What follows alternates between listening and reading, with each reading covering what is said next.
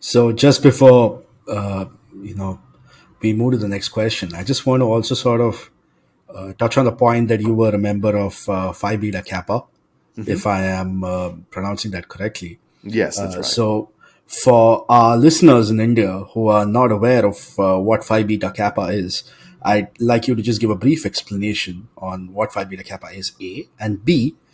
Phi Beta Kappa folks have traditionally been associated with, statistically speaking, a lot of super quantitative, super math heavy, economics heavy sort of career tracks. And I'm very curious to know how somebody who has a traditional sort of journey into Phi Beta Kappa went into product design. I think that is a very interesting trajectory and a decision. So I'm curious to know that.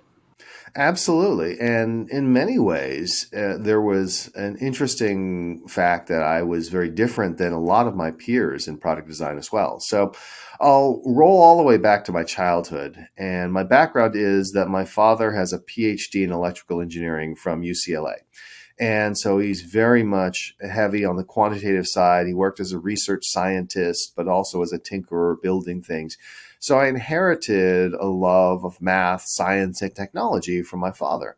Meanwhile, my mother has a master's degree in library science from USC, focused on children's literature.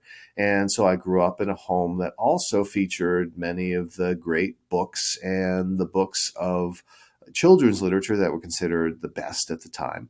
And so I had this dual set of inheritances from the two different parents, the two different sides of my family, around the scientific side, the math side, the quantitative side, and the literary side, the qualitative side, the emotional side.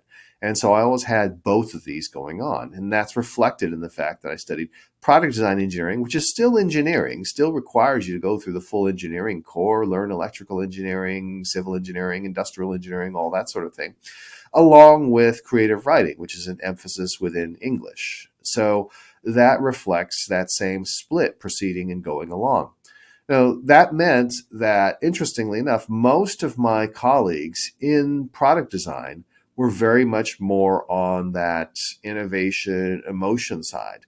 So they would struggle with the quantitative curriculum of product design. Their biggest issue was, how do I avoid flunking out as I'm studying mechanics and fluid dynamics and advanced calculus and all these different things? Because what I really want to do is to get into the shop and begin working with my hands and build something of beauty. So that was an interesting thing. Now, I also was interested in the artistic side. So I didn't feel out of place doing all those things. But it was interesting that I had the quantitative side that many of my classmates did not. And that ended up being reflected. The reason, Phi Beta Kappa, you mentioned, it's an honor society essentially for people who are great achievers in the field of quantitative study and things like that. So it's an honor to be Phi Beta Kappa here in the United States. If you say you're Phi Beta Kappa, it's kind of like magna cum laude or what have you. It's like, oh, wow, this guy must be really smart. So it's kind of cool. It hasn't actually done that much in my career. I get like a newsletter from Phi Beta Kappa every year. They don't really have a lot of events or anything like that, but it's a nice distinction. But I also, when I was at Stanford, graduated with distinction in product design and graduated with distinction in English. And that just means that you're a great academic achiever in those. And I was, in fact, the only member of my product design class to graduate with distinction. It was not because I was the greatest designer.